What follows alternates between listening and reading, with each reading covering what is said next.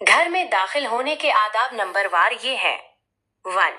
इजाजत मांगे, हमेशा दाखिल होने से पहले इजाजत तलब करें। 2. सलाम करें, घर में दाखिल होते वक्त बुलंद आवाज में सलाम करें। 3. बिस्मिल्लाह पढ़ें, घर में दाखिल होते हुए बिस्मिल्लाह पढ़ना ना भूलें। 4. दायां कदम पहले, अपना दायां कदम पहले अंदर रखें। 5. नजरें नीची रखें, घर में दाखिल होते ही नजरें नीची रखें। 6. खामोशी इख्तियार करें, शोर गुल से परहेज करें ताकि घर वाले आराम में रहें। 7.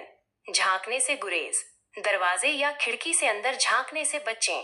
8.